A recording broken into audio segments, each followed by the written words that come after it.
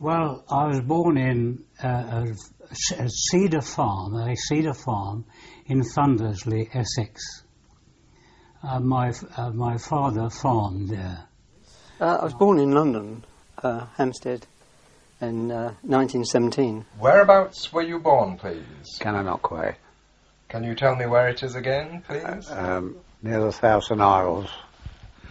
That's on the lakes, on the Great Lakes. I was born in Woodstock, which is a suburb of Cape Town, on the 27th of November 1919. I'm sorry, it wasn't Taranto, it was the next camp I went to. Where was that? That was Gravina. That was a new camp. Whereabouts in Italy is Gravina? It's not too far from Bari. It's up the east coast. Then they marched us from there to a place called Altamura, where there was a transit. Alta, A-L-T-A-M-U-R-A. Altamura. Is that one word? Yeah, Altamura, which means high walls. They marched us there. We were marching through a little village on the way.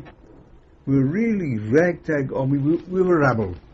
You know, we were in rags. We were hungry, we were thirsty. So somebody shouts out, "Come on, lads, let's show these itas what we're made of."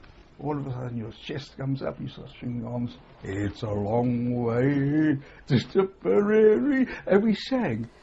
Eventually we reached Matera, and then from Matera, our section was moved on to a place called Altamura.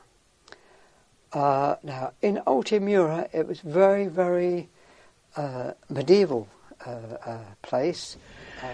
And then finally they took us to a new place, the Campo Concentramento 65, which is the concentration camp number 65. And all right, it was a brick building, but that was all. Nothing. Was that near Bari?